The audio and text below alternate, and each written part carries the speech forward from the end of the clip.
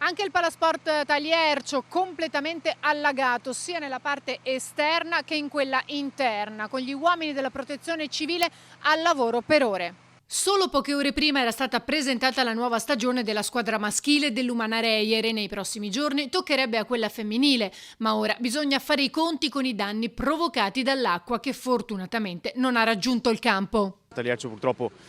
è un po' scavato, per cui è un po' interrato e giustamente tutto l'anello, per cui uffici, palestra, area VIP, negozio, è andato tutto sott'acqua, insomma, con danni ingenti e adesso i prossimi giorni saranno giorni in cui faremo insomma, la conta dei danni e poi si provvederà al ripristino e al contatto di tutti i fornitori. Purtroppo i danni sono tanti e più che altro non abbiamo, cioè, siamo ancora senza corrente elettrica, per cui dentro è ancora buio, non si riesce a fare un conto e vedere veramente com'è la situazione. Speriamo insomma, in serata di riuscire a ripristinare questo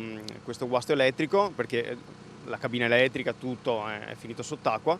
e anche Enel sta lavorando insomma, per ripristinare e speriamo insomma, di poter i prossimi giorni mettere tutti in condizione di poter lavorare. Insomma, è il caso di dire duri i banchi. Duri banchi, sì, questo motto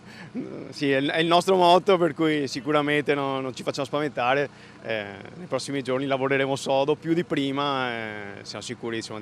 di poter ripartire alla grande come sempre.